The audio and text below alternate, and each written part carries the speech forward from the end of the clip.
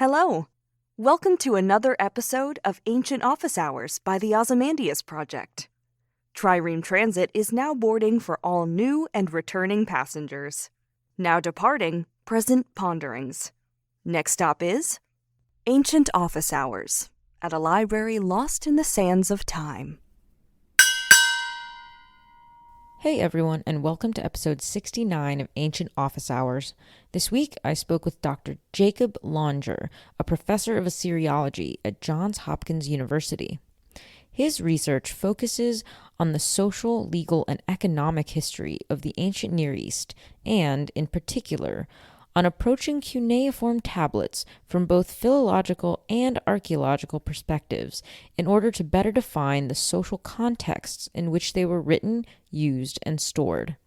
He is currently working to make linguistically tagged editions and glossaries of the Amarna Letters freely available via the Orac workspace.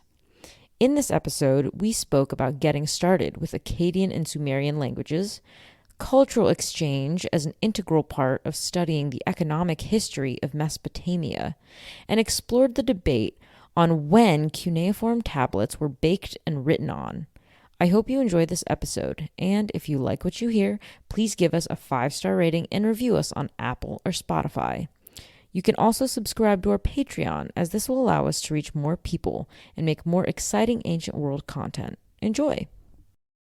Thank you so much for joining me today. I'm really excited because I think you're only my second Assyriologist. So I get to delve more into a subject that I don't really get to speak about very often. So I'm going to start you off with what I hope is going to be a fairly simple question, which is, how did you get into Assyriology? Like, where did this love come from? Yeah, well, I should say that, I've always loved old stuff. Ever since I was just like a little kid, I would be in a museum and I would go to the old stuff part of it and I would stare at these display cases and I would just be like, wow, that is so old. So I always had a real interest in it. But then academically speaking, I guess, I actually come from sort of more of a classics background, where I started taking Latin and then all through middle school and high school and Greek as well. And then in college, I was all set out to be a classics major when I suddenly discovered art history and how much I loved art history, modern art in particular. My university had this program in classical art and archaeology where you could take major in art history but count classics courses as departmental major. So I thought this would be the best of both worlds. And it was really there in art history that I kind of discovered the ancient Near East. And it was in a class on Eastern influences on early Greek art. And I just was sort of fascinated by these different cultures that I didn't really know much about because I kind of am a language nerd and I love learning the different languages. I was like, I have to, start doing this too. So when I applied to graduate schools, that's kind of what I wanted to do. And I think for a variety of reasons, the discipline and I really sort of clicked. So once I started doing it in earnest, I just fell in love with it. I can totally understand that. I went to the University of Missouri for my undergrad. And over the course of my 5 years there was only one class that was not specifically classics. It was like vaguely called Egyptian and Near Eastern art, very vague. Right. And yeah, so, yeah, we had that same one. Yeah. So I totally get that because I was like, oh, this is different. Let me take this. And then I took it. And now it was, I don't know, was your class like 80%, 85% Egypt? And then like the rest was Near East all crunched together? Or was it more spread out? I think it was a pretty fair 50-50 split. But that was also really the only class in all of art history that was like straight up Near Eastern Egyptian stuff that wasn't, sort of coming at it through Greece. But I thought it was really interesting sort of looking back on it. I did my undergraduate at Princeton. So, a good school, but the only really place that you could at Princeton then that you could access the ancient Near East was through art history. You really couldn't do it on the language side of things. I think things have changed now. Wow, it's so interesting, isn't it? I mean, still today, you look at kind of the breakdown of where schools have departments of ancient Near Eastern studies, and I think that Princeton still isn't on that list. I mean, I I know a couple people who went there, but I'd have to ask them, but I still don't think there's any Near Eastern program there, which is sad. I would think that there should be. There is a Near Eastern Studies department, but it's more focused on what we would consider the modern Near East. But there is someone now in the classics department, actually, who works on Akkadian. Oh, that's fantastic. That's fantastic. Okay, so then once you got into like Assyriology proper in grad school, how did you go about picking your topic? I mean, it's especially coming from undergrad where you only do have kind of one experience of learning about the ancient Near East through the art historical perspective. I would have found it quite confusing if I took that one class at Mizzou and then tried to go into a grad program. I wouldn't know where to start. I mean, I look at like ancient Mesopotamian art and I just go, oh, it's beautiful. I love it. It's gorgeous. I love all the like Neo-Assyrian stuff. But I would not have the foggiest idea of knowing what to start with or what to pick. How did you do that? I know, and especially on the language side of things, which is what I was doing in graduate school. You know, you're talking over 2,000 years of writing in multiple different genres from, you know, spread over the entire Middle East. So like you could choose any one of those sort of times and places, and that could be sort of an academic discipline in its own right. We had 4 years of coursework before we even proposed a dissertation topic. So it was basically like doing a focused undergraduate degree all over again. And that helped some. And then I was also really fortunate in that, I guess it was the summer after my second year, the Oriental Institute, where I was doing my PhD at Chicago, was starting renewing excavations at this ancient site of Alalak. As part of this, they needed to have an epigrapher on staff to work with any, cuneiform tablets or other written sources that would come to light, where instead of going and finding a scholar at another institution who was competent and excited to do this, and there would have been tons of people who would have been thrilled to do it, they decided to ask one of their own graduate students to do it and then to train that person up for the job. And so they asked me to do it. I said yes. And to some extent, sort of what I was then going to be working on was like chosen for me, because I was going to be going out to Achana. Alalak, the modern name is Tel Achana, looking at the tablets that had already been excavated in the museum and coming up with a dissertation topic out of that, which is what I ended up doing. It was not what I had been thinking. I was going to work on something different. I had been thinking I was going to work on first millennium legal texts in Babylonia, something like that. Oh, that's so cool. I mean, I guess it sort of made your path easier then if you kind of were told, okay, this is sort of what we need you to do, so please do this. It does make the decision easier. Absolutely. I mean, I talk about this with my graduate students all the time now. You know, coming up with that research question is so hard. It's so hard. You really have to read around a topic and, to familiarize yourself with it. But how do you even know where to start to read and so on and so forth? So to that extent, I knew where I needed to find the topic. And that made it a lot easier. I'm just very curious, as someone who did not ever really get to learn anything about cuneiform. Since you are one of the rare Assyriologists who I've met who doesn't focus on the art, it's very exciting for me. So for someone who studies the language aspect, I know cuneiform is one of those cool ancient languages where, you kind of see the tablet, you show little kids a tablet and you just go, look at this cool, amazing ancient language. Wouldn't it be so fun to read this? And they go, oh yeah, I'd be like a superhero if I could read this stuff. Now, as somebody who can, did you find it intimidating having to learn to decipher these texts, or was it like, oh no, I got this. This is really cool. I got this. Yeah. So I mean, first we want to be careful, but between distinguishing between the languages and the script, right? So cuneiform is pedantically a script, so we could actually use it to write English. And it was used to write many different ancient languages, but sort of the two core ones in Assyriology that we work with are Akkadian and Sumerian. And I was different than a lot of people who I started graduate school with in that I had not studied Akkadian before. A lot of my cohort in that first year of Akkadian had some exposure to, if not Akkadian, then other Semitic languages. And so the learning curve was pretty high at the beginning, but I was also pretty jazzed up to be doing it, So I threw hours and hours and hours at it. I had no social life my first year of graduate school. And Friday night was just, 3 or 4 hours of Akkadian. But it was fine. I'd had a good time in college. I was excited to be doing this, and it was like the right time for me in my life. And, once you start getting the stuff under your belt, it starts to snowball a little bit. Yeah, for sure. And so, I mean, okay, also when I think of Seriology, ancient Near Eastern studies, I will definitely say probably the first thing that does not come to mind when studying something there, for me, is the economic history. I don't know why. I know it's like a big thing, economic history of many civilizations, but for some reason I just think of Assyria, and I'm just like, no.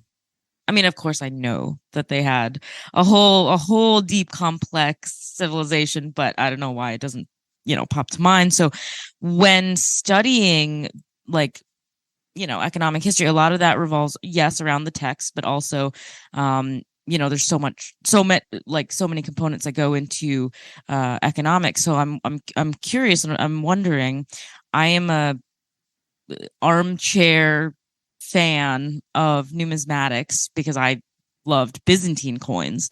So I'm curious, how much crossover is there, and do you get to do anything looking at coins, even if you're not a specialist in material culture? So for us, most of the stuff we're working on is before coinage. So there aren't coins, but questions of exchange, right? And mediums of exchange are absolutely sort of central to what we do. There's this fascinating book that this Assyriologist did called Elusive Silver, where, because everything, in so many of our texts is given in amounts of silver. People are buying things for so many shekels of silver, where shekel is a weight unit, right? Like 8.3 grams. And his central question is, well, look, there's no natural silver in Iraq, in Mesopotamia, right? So any silver that's in there has to come from outside. So to what extent are they actually circulating silver when someone purchases something? Are they like dropping over a small bag of silver? Or is this purely just for to make the exchange possible, right? Does it exist, purely as a financial device? And then so what he did was look at 3 different periods and go through the texts, take a deep dive and argue. And it's just absolutely fascinating stuff. Yeah. And just to sort of go back to what you were saying about when you think of Mesopotamia, economics isn't necessarily what leaps to mind. I think that's true, right? For most people, when they think of Mesopotamia, they think of Gilgamesh, or they think of the Assyrian reliefs, right? They saw in a museum or something like that. But I think one of the things that makes Assyriology so special as a field is that there are hundreds of thousands of economic documents that are preserved. It's just astonishing. I think that I read somewhere that there is no comparable data set for economic history until the Middle Ages, right? And you think about how far back we are. So you literally have sometimes the equivalent of like somebody's wallet, with all of the receipts and things like that, as if it had fallen out of their pocket and to be dug up 4,000 years later. You know what I mean? And think about how infuriating and how amazing that would be to have, right? Like seeing where they shopped, figuring out the days. Okay, I know they went to the grocery store on this day and they spent all of this money, but why did they go back a day later and buy only 2 things? That makes no sense. Oh, that's wild. But, as you were saying that, yeah, you're right, when no one thinks of economic history, but also when talking about Mesopotamia, I was also just realizing, and until you get kind of into the nitty gritty, for most lay people, they don't even really do a great job of defining, what the unique cultures are within the Middle East in those early times, because I think, the field is just generally slapped with Assyriology. But I was just realizing no one really knows what that means, like at all. And I'm wondering, like, do they explain that when you're learning about this in grad school? Because if I was to say, oh, you're an Assyriologist, I would assume, oh, that means obviously you study, just ancient Assyria, whatever that means, code for something. But, you then, and then, if someone happens to know something more, they'll say, oh, so is that, Babylonia, Sumeria. So, if how would you explain this to a lay person who's just like, oh, Seriology is very broad? Yeah, it's absolutely terrible from a branding perspective, right? It's just horrible. And the reason has to do with the history of the field. It's a name that goes back to the 19th century. We're first deciphering cuneiform tablets, didn't really understand sort of the linguistic context of the Semitic language that they were reading, that these tablets were written in, right? So now we understand that the language that was spoken by the Assyrian Empire, for instance, is one dialect of Akkadian called Assyrian, but there was another dialect that was spoken in the south called Babylonian, and we understand that these two dialects make up the language we call Akkadian, right? And this is just a really rough, like, geographical division of these dialects, but then you'd also have to add a chronological angle to it all, right? So you have Old Assyrian, Middle Assyrian, Neo-Assyrian, Old Babylonian, Middle Babylonian, Neo-Babylonian. Then you have standard literary dialects. You have all of these different things, none of which is sort of conveyed by the name Assyriology, right? And then on top of that, they also realized that this wasn't the only language that was being written in cuneiform, but there was actually an older language for which, in fact, cuneiform was invented, which was called Sumerian, which is not related to Akkadian. So there you go, right? And really, already by the late third millennium, this writing system had exploded out of Iraq proper and would over the next millennium be written all over the Middle East, all the way into Egypt, and used to write other languages besides Akkadian and Sumerian, Hittite, Hurrian, Urartian, all sorts of things. So it's a mess. And I think that at the end of the day, the way I would describe it is, an Assyriologist is someone who studies cuneiform tablets to learn about the cultures that lived in the ancient Middle East. And one of the great things about it is that encompasses so many different interests, approaches, textual genres, etc. Yeah. I mean, I totally agree that it is bad branding because there's like so much. It's a whole universe. They're each such distinct worlds. And I just find it so regrettable that something that started way back, toward the beginning of the 19th century has stuck around. I feel like we're at a place where we might be able to maybe better define. I don't know if it's just like pure laziness now that we're like, oh, but it's stuck, so let's keep it that way. I mean, but they don't even do like basic stuff. I mean, I didn't even learn until my last year in college that cuneiform was just a script, like a type of alphabet. And I was like, wait, what? I thought that was like a whole language.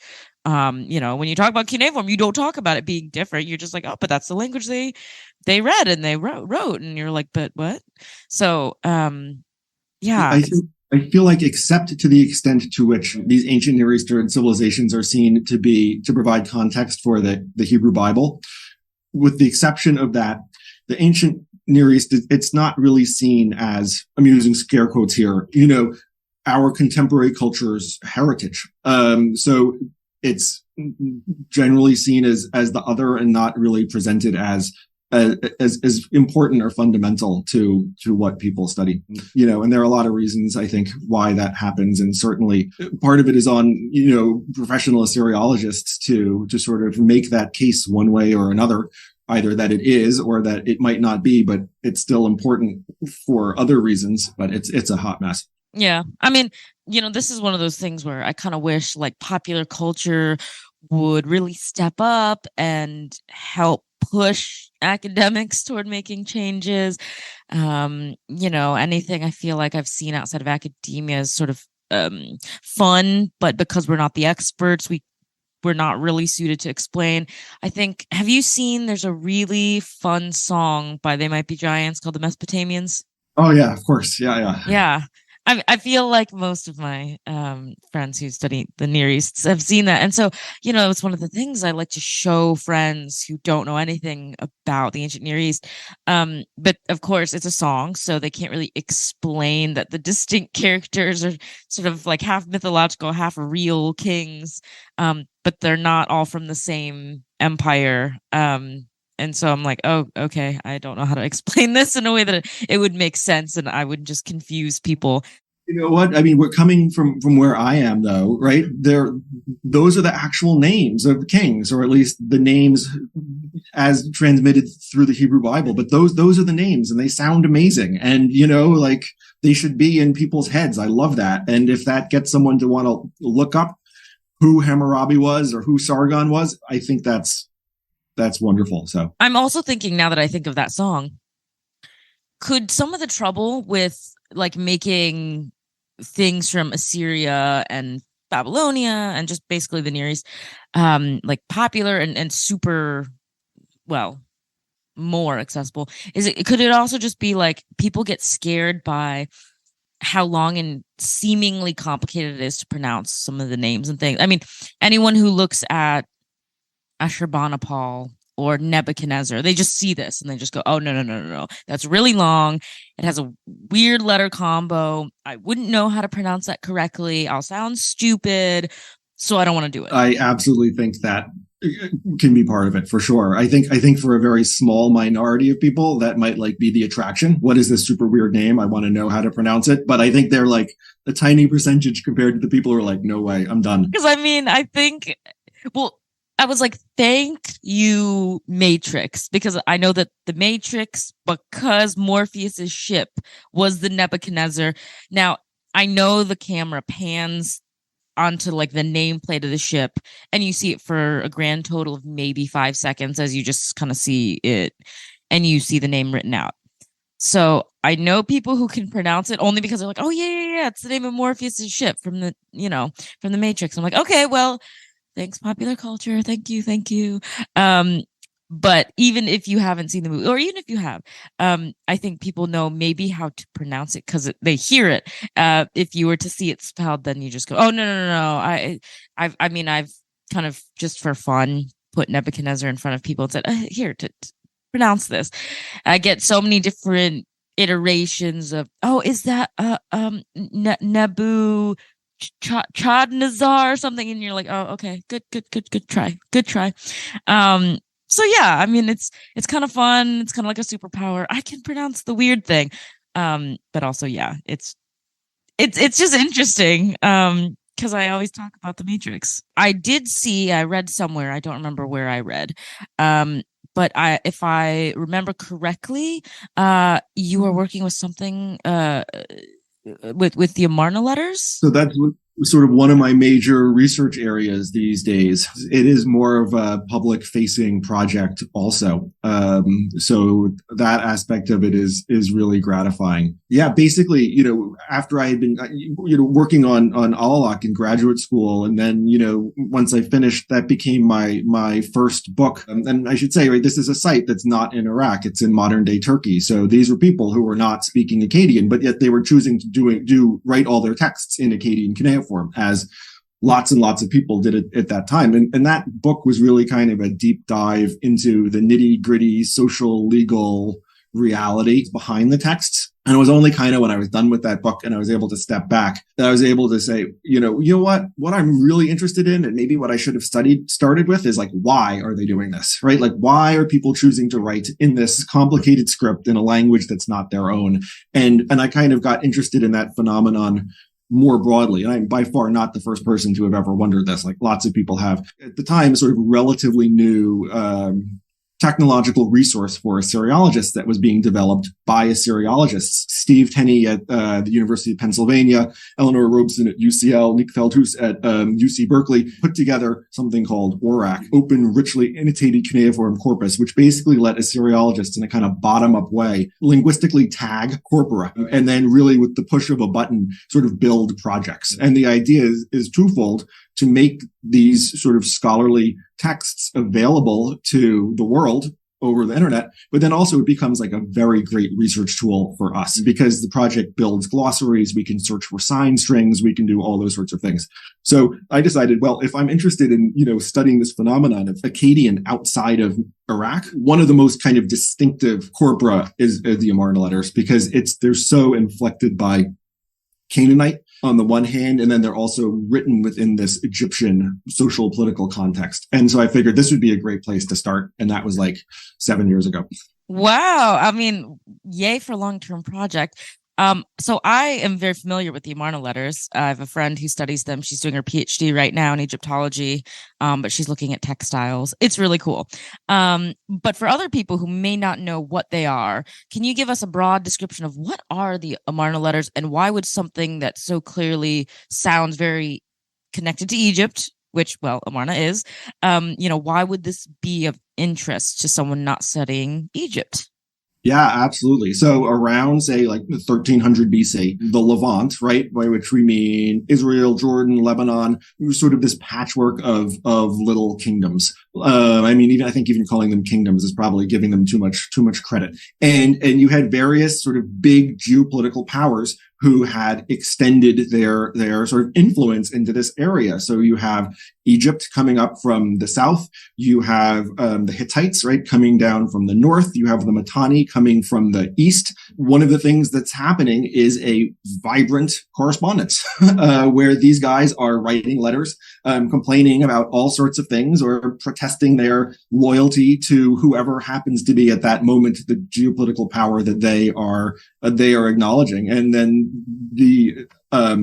that power is writing, occasionally back to them. So at this time, when the Egyptian pharaoh and his scribes are communicating with these sort of kinglets in the Levant, they're writing in Akkadian cuneiform. The kinglets are writing back, right, in Akkadian cuneiform. They're not using hieroglyphics or anything like that. What happens is these letters are all sent to the heretic pharaoh Akhenaten, right, who's got his new capital at Amarna. And after his death, when the capital is moved, they kind of just leave the incoming mail that had been sent there that they didn't care about anymore, that wasn't really relevant, which is why it survived to be excavated or not even excavated, dug up and looted in Egypt. That's so, yeah, no, it's really helpful to just be able to put it in context. Because I think the most common misconception when I have occasionally mentioned the Amarna Letters to friends who are not remotely involved in either classics or Egyptology or anything, they go, "Oh, Amarna Letters just sounds like something that would come from the city of Amarna, like originate there and then be maybe sent out to people." I had a friend cleverly think it was like a series of decrees, and I was like, "Well, that's not a bad guess. That's not what they are, but hey, pretty good." But what I also love about the Amarna Letters is it really shows the depth of like cross-cultural communication all over the region at that time. And I think another misconception we talk about is when Egypt was under Akhenaten, the Egyptians looked inward. They didn't really want to interact with other people. This was a time where, they're not out conquering other people. So, they just must be some little insular community. And I love how the letters sort of disprove this idea that they just suddenly went dark and Egypt was in its little bubble. Yeah, that's right. No, there definitely, there are Egyptians who are out there, in the Levant traveling around. There's been amazing work that's done on these letters, not so much just on the, on what they say, but chemical analyses of the clay, right? And so it's showing that even if a letter says that it's from this king, it might actually have been sent from some other place. And so these kings are moving, to Egyptian garrisons. They're being summoned there and they're writing their letter and having it sent. And there's work that's being done on handwriting showing that, it's not just like each king had his own scribe, but a single scribe could work for multiple kings. And it's just, so we're getting this very, very richly nuanced picture, I'd say, within the last 20 years that's showing how complicated everything is, right? And these one-to-one sort of correlations between tablet, king, and scribe that we've been assuming don't hold. And in a way, like, isn't that actually what we should expect? Life is very complicated. It is indeed. And so I'm very curious. Do you have like a favorite discovery or a fun tidbit from studying the letters, like just something cool that you've encountered in having studied them? I think for me, the thing that I've really gotten into the past few years is looking at the actual tablets themselves.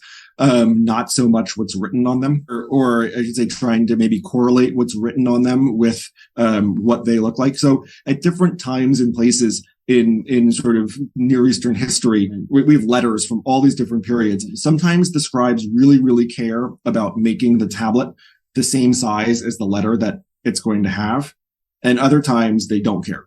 So you have like blank space, or they even need a second page or something like that, right?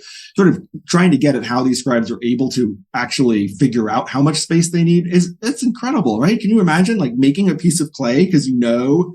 So yeah, it's really neat. Anyway, at the Amarna, in the Amarna correspondence, a lot of the tablets have blank space on their reverse. The letter ends early. And I just got very interested in this and started looking at it a lot and kind of asking myself, like, is there any way to try to tell whether this is intentional or not? Right? Is this just, did they just consistently make the wrong size tablet? Did they use prefabricated tablets? Right? Or is something else going on here? Sort of getting to look at that and compare it with other sort of extra linguistic markings like rulings or indentations or run over lines, and seeing all of these almost like ephemera is actually historically contingent and meaningful has been what's the most exciting thing for me. So spoiler alert, I do think that I can show, right, that this blank space correlates to a very particular sort of routine correspondence that the little kinglets were supposed to send to the pharaoh. And in fact, that it was left blank so that it could be processed when it was back in Egypt and marked with ink with hieratic, showing that it had been read or summarized or something like that. Oh, that's so cool. I would not have thought of that. I mean, yeah, I mean, I guess when you think of other writing systems, when you think of the Egyptians with their papyrus scrolls, I feel like, a scroll is pretty standard. Like, oh, okay.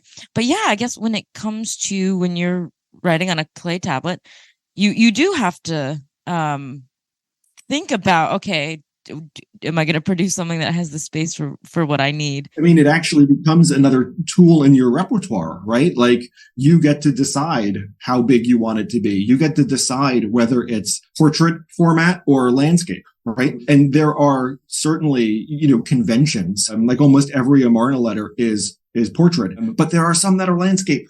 And you start asking yourself, why? Right. I mean, I was like, yeah, I want to know why, because if I'm writing, it would seem like I would want to give myself more vertical space, because I mean, landscape, I'd be like, well, am I going to draw a diagram, a picture? So I think one of the things that we're dealing with the Amarna correspondence, everyone who's read them is familiar with Rib Ada of Byblos, who wrote like 70 letters, and he complains about this, he complains about that, these long, long letters, but they're really the outlier. And everything else is very, very, for the most part, constrained. And there's not, sort of like following diplomatic protocol, right? And for me, in a way, that's what makes it so exciting. If you can't really say that much, then what tools do you have, right, outside of language when you're writing to communicate?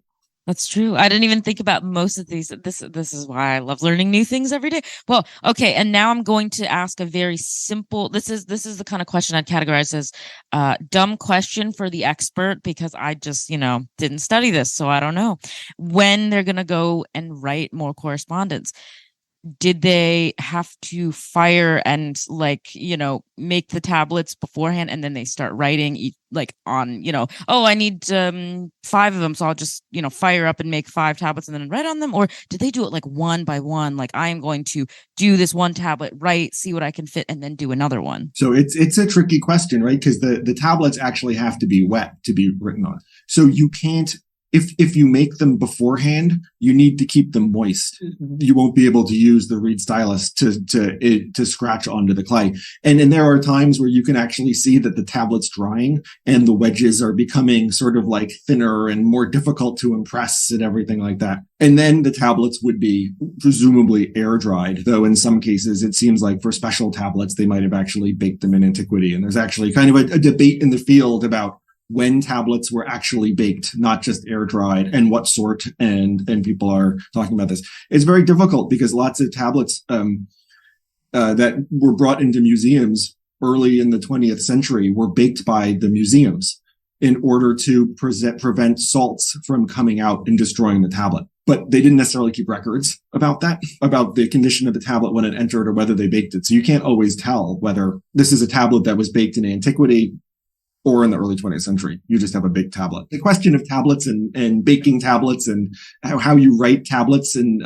sort of preserve it is one that I'm totally fascinated by. My colleague in Charles University in Prague, Jana Benajova, and I are actually organizing a session on this topic at an upcoming conference on baking tablets and data security and putting tablets in envelopes and all that sort of a thing. So I could go on forever. Oh my gosh! Wait, I'm so excited. When is this conference? Is it coming up soon, or can we advertise for this? Like what? So it's not like our own workshop. It's our Field's big conference, American School of Overseas Research, their annual meeting in November. So it'll be in Chicago right before Thanksgiving, I think. Oh, okay. So I didn't realize it's going to be at ASOR. Okay. Well then, for anyone listening, I think wait, actually, yes, I think this episode will come out before then. We will advertise because I'm trying to go to ASOR this year. I have friends out at UCLA who want to go. So I do, if I know that there's going to be a workshop on tablets, I want to go and learn more about it. So we can definitely do that. Okay, so I do. So having talked a lot about the Amarna letters and how we're just unfamiliar, not only with the letters themselves, but also just more broadly with how things worked in ancient Assyria and how there's this unfamiliarity.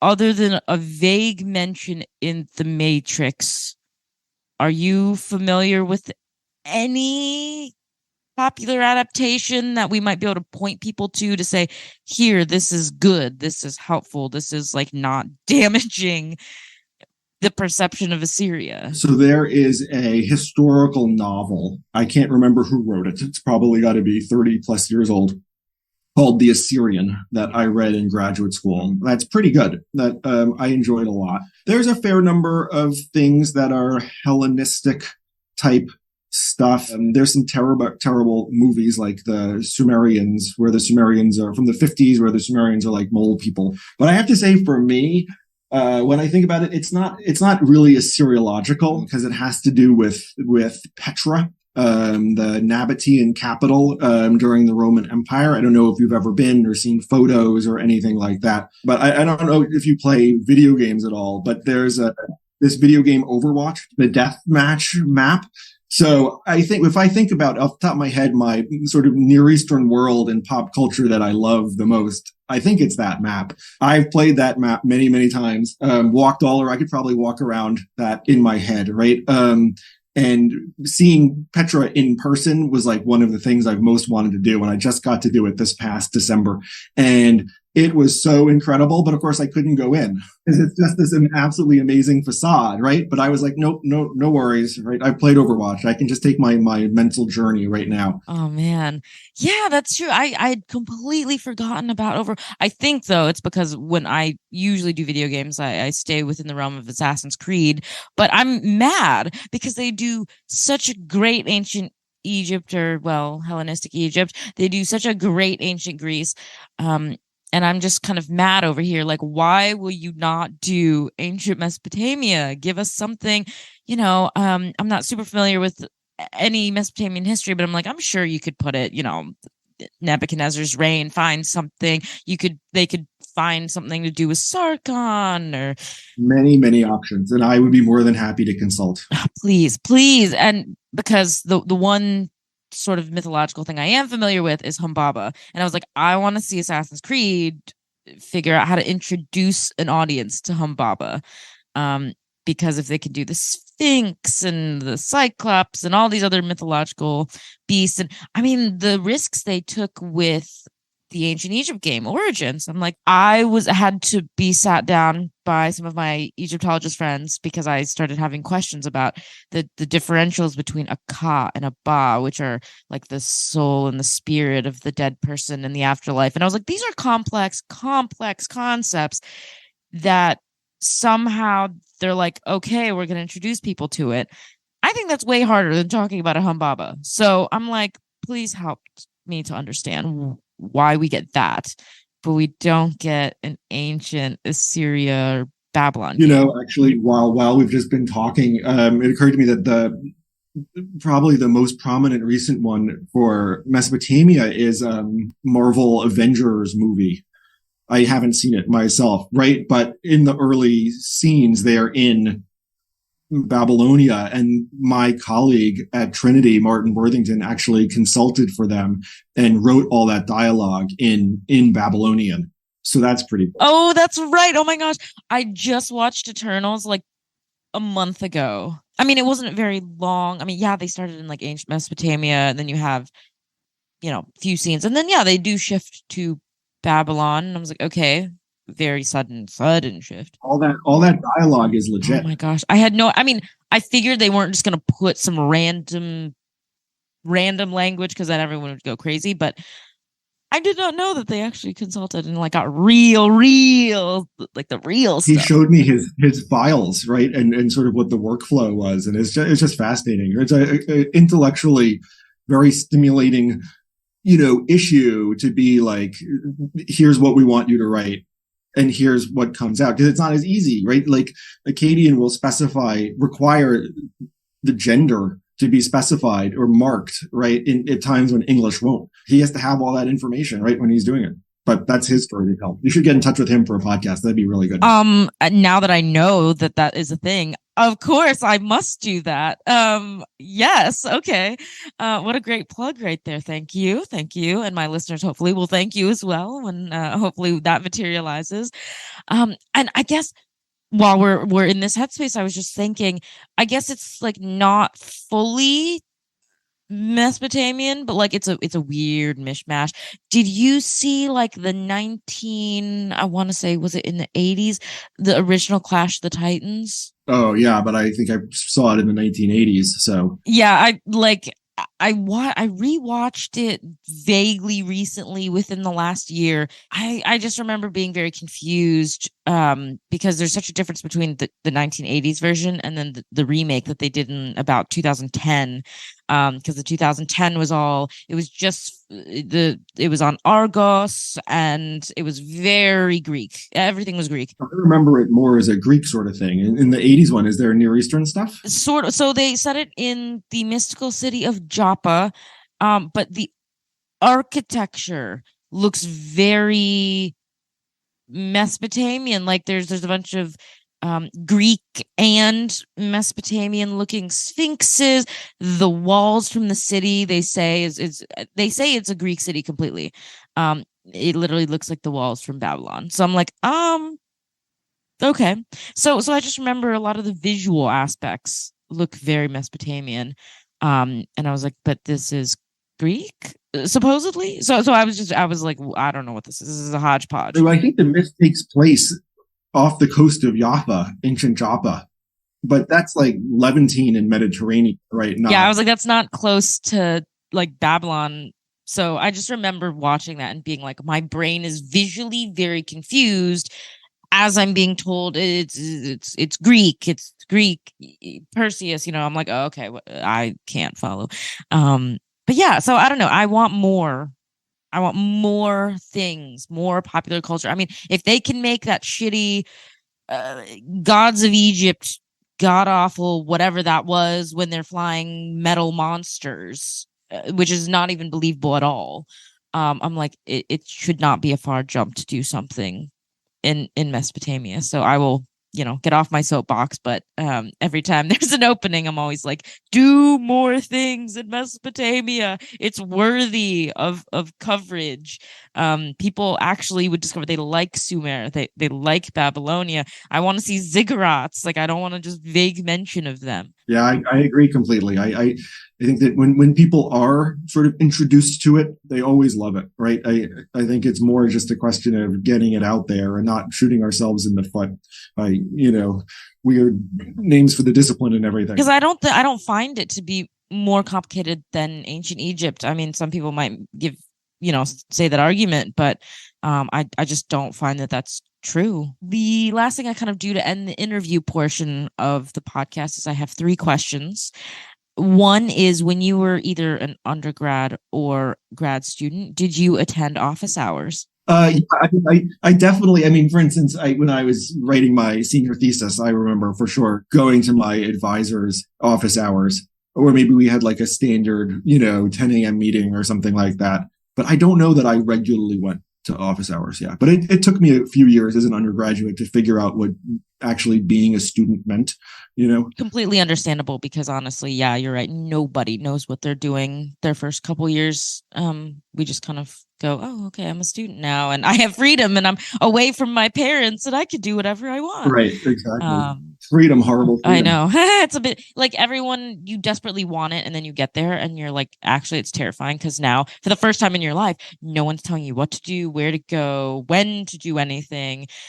So figuring out when to feed myself was like the first thing that I was like, wait, I'm an adult now because my parents won't just cook me breakfast and dinner and pack my lunch. So yeah, it's a strange time. So okay, the second question is, and you can pull this now from your experience as an educator yourself, for you hosting or having office hours as an educator, is there any particular conversation or fun memory that sticks out of a time that we're doing an office hour? I actually don't hold regular office hours anymore because I found that students don't come to them.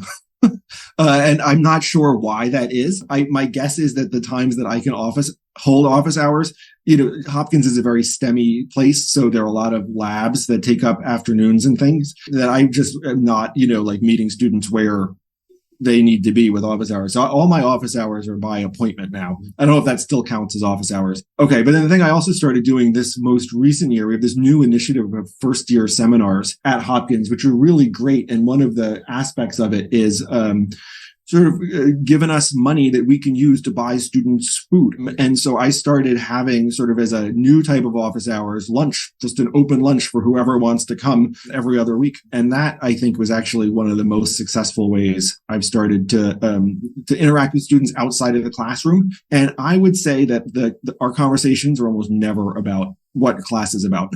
Maybe it's about the subject more generally, but mostly they're just excited to let me know who they are as people. And that's what I'm excited and interested to learn about. So that's what we talk about. Oh, interesting. Okay. I love the initiative. Go Hopkins. That sounds amazing. I wish my professors got money to like feed me. I suppose at the end of the day, I was sort of like, well, I did pay for like a meal plan. So I guess I don't really need someone to buy me foods if my parents are already like paying. But yes, I love that. And I wish that was a thing when I was a student. So yay, Hopkins. And we actually just got an email today that they had re-upped this money, even though we're not teaching this semester, we still have it for the spring so that we can continue the relationships, outside of after the class. Oh, that's so wonderful. Okay, well, I like this new sort of office hour. I don't know, like, I guess I use office hours as a term to broadly describe a time to meet students. It does not have to actually be in an official office setting. It could be on the go because I have professors who tell me that, yeah, they kind of take their office hours on the go. So it's like more of a walk around campus and chat with students. So I'm like, oh, that's great. I love it. The third and final question I have is, well, if you were going to give an elevator pitch for why students should attend office hours, what would you say? I think what happens, right? To let them sort of become for the professor something more than this person who shows up 2 times a week for an hour and a half, right? Because they're human beings, and the faculty members are generally interested in these human beings, but have, sort of limited opportunities to actually get to know them because they've got 12 to 25 to 40 of them in the room, right? And so like, bam, you've got this like free moment to communicate to this faculty member, your hopes, your dreams, your desires, your interests, your curiosity, and they're going to be interested. And then you'll actually probably get to learn a little bit more about them too. Yeah, I couldn't have put it better myself. I find it regrettable when you said that people don't go to office hours. Yeah, you're right. I have so many friends who literally never went once, and so they had like no idea really what happened there. And I lived in my professor's office hours. I really did. When I say that, people are like, "Oh, haha, that's so funny." That's like just a thing you say, right? And I was like, "No, I would show up early in the mornings whenever I had to be on campus, and I would go sit in my professor's office because she had these like really cushy chairs, and then she had a drawer full of chocolate, And then even when she would have to leave to teach a class, she would say, you can stay in my office, eat chocolate, work on homework, do whatever you want. And I was like, yes, please. So I would be there like all day and I would just run out to go to class, maybe get some food. And I would honestly bring food back from my professor because she was doing me this favor. And I always got use of her office unless she had a student meeting. And I could just sit and do work quietly and not be bothered by people on campus. And it was like the biggest, best secret. So, yeah, it's always regrettable when I hear people not going. So I'm like, go to office hours. They're amazing. It's great.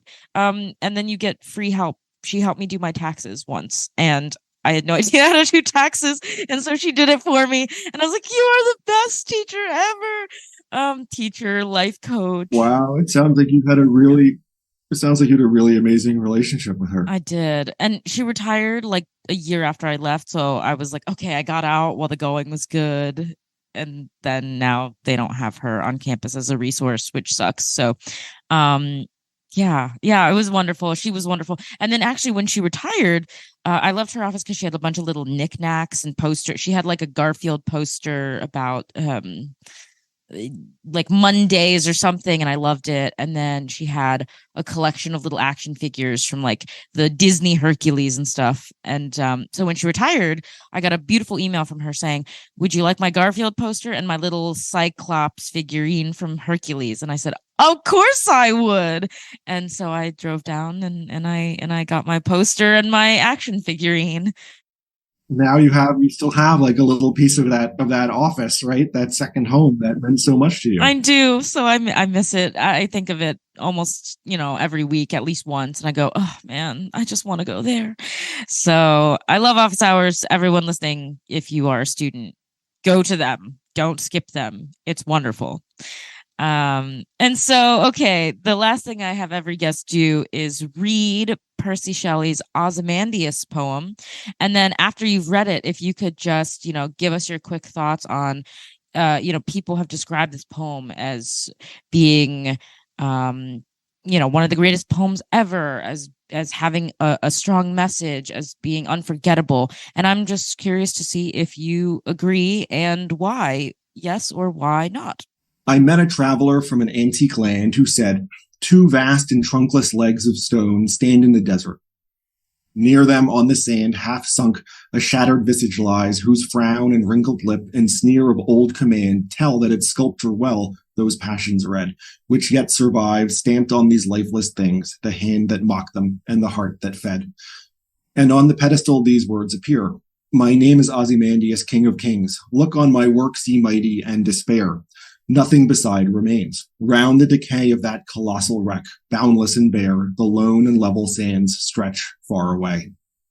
Well, I guess for me, as an Assyriologist, right, the Epic of Gilgamesh is kind of for us what the Iliad and the Odyssey is for a Greek scholar, right, or the Aeneid is for a Latinist, or I don't know what, Shakespeare is for English scholars. It's kind of the touchstone for all things. And reading this, it's almost impossible for me to not read it sort of refracted through Gilgamesh, right? Because sort of one of the central concerns of Gilgamesh, which is a story, but also a piece of political philosophy in a way. It's about what it means to be a good human, to be a good ruler, all of these things. Objects made by kings and the extent to which they persist is a central concern, right? So Gilgamesh actually makes a very sharp distinction between statues, which are sort of meant to glorify or commemorate the person of the king or an individual, and the city walls that surround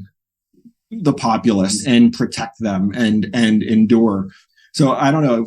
It's been a while since I took English classes, but yeah, I'd say, right, Shelley's writing a good 50 years or so before the very first edition of Gilgamesh was ever known, any part of it to anybody, right? So I wonder, does this sort of central conceit stay the same or change, get nuanced if Shelley had read Gilgamesh? Ooh, I don't think I've heard this poem through the Gilgamesh lens. So I love learning new ways to think about it.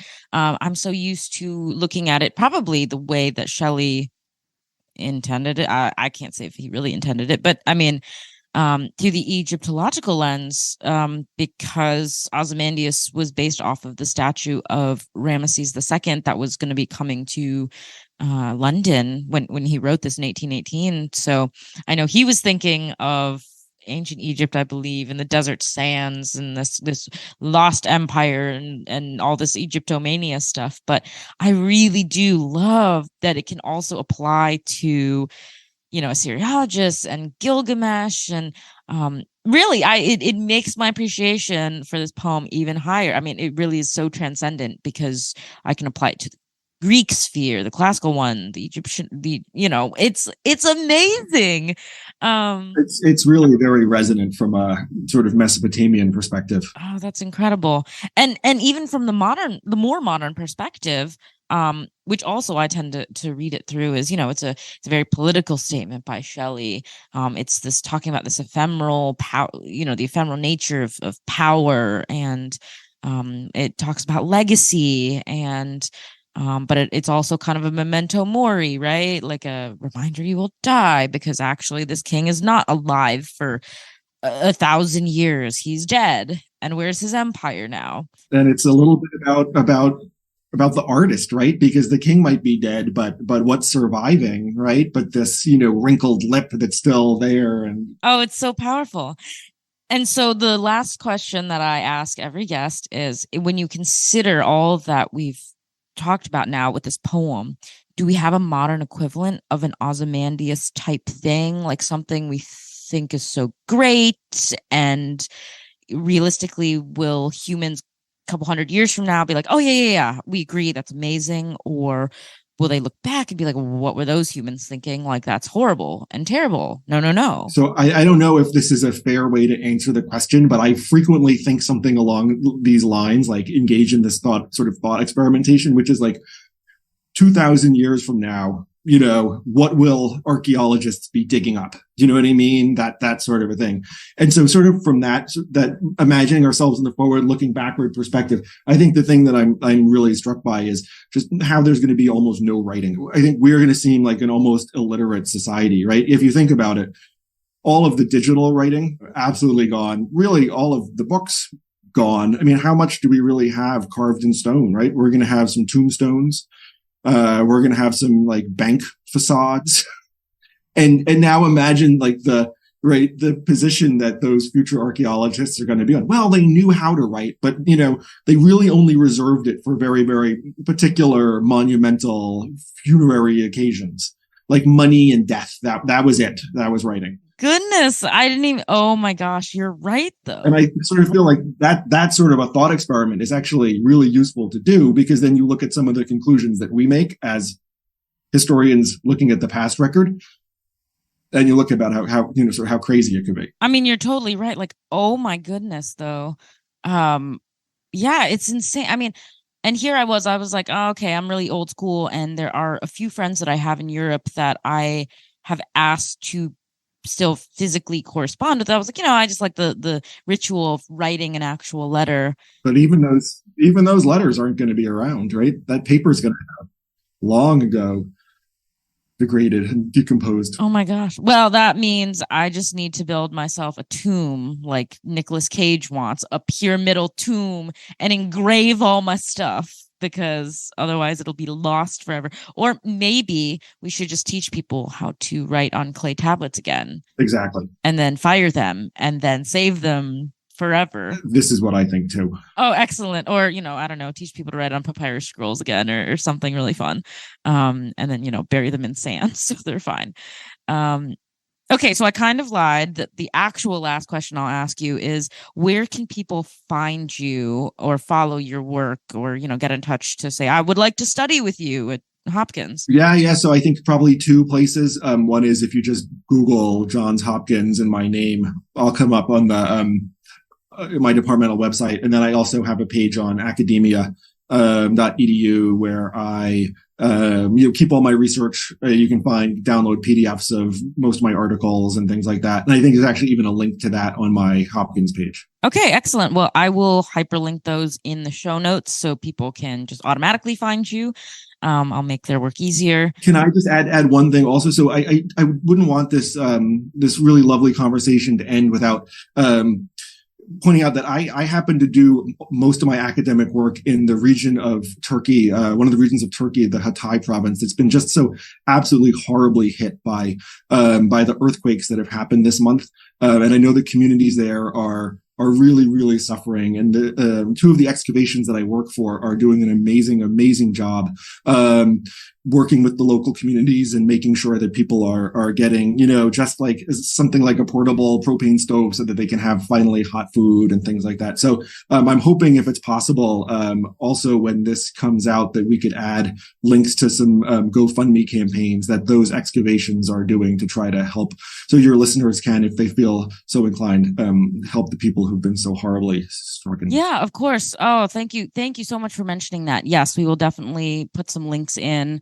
I hope by then, because this won't probably come out until like June or July at this point, but I hope by then the situation gets better, but I'm sure there's always going to be more people who need help, so we will definitely do that. And so with that, I do really want to thank you for joining me on the podcast this morning. It's been an absolute pleasure. I always love learning more and talking to people who study things that I've always been fascinated by but have never really gotten to formally study. So it's been just really fun to learn more about ancient Assyria. Well, thank you for having me, Lexi. It's really been a pleasure. Trireme Transit is now departing ancient office hours. Next stop is Present Ponderings.